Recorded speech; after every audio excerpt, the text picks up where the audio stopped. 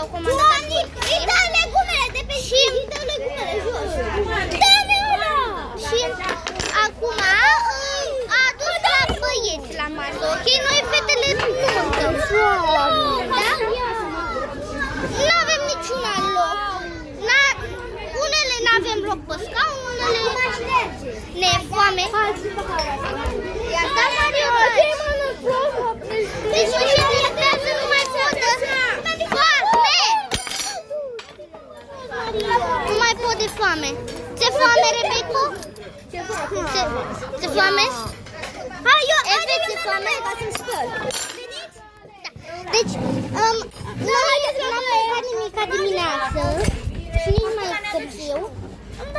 Și acum s-ar putea să vină. Și acum s-ar putea să vină mâncarea. Că a venit la băieți și acum trebuie să aducă la noi. Hai la baie și ne căcăm și mâncăm grigați. Hai să ne căcăm și mâncăm. Da. Doamne, asta e surdă, că nu ne-am de cum vorbim. De ce ne aduce? Doamne ferește. Bă, dar mă și enervează.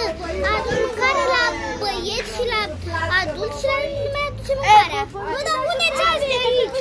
Am mâncat mâncare. Mai devreme mâncam baloane viitori. Ce foame? Și mie e foame. Vă e foame la toate? Da. După vine la noi! Acum vine la noi mâncarea. Raul primul, Doamne ferește. Dar vreau să vă zic că avem un prieten. Avem un coleg gay care stă la masa noastră. De asta nu s-a dus acolo la băieți, că e gay. Bă, la ce o sozor nu ne aduce? Da!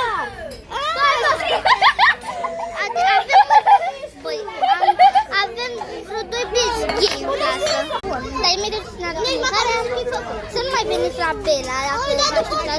Bela, cea mai proastă pizzerie. Cea mai proastă pizzerie. E cea mai proastă.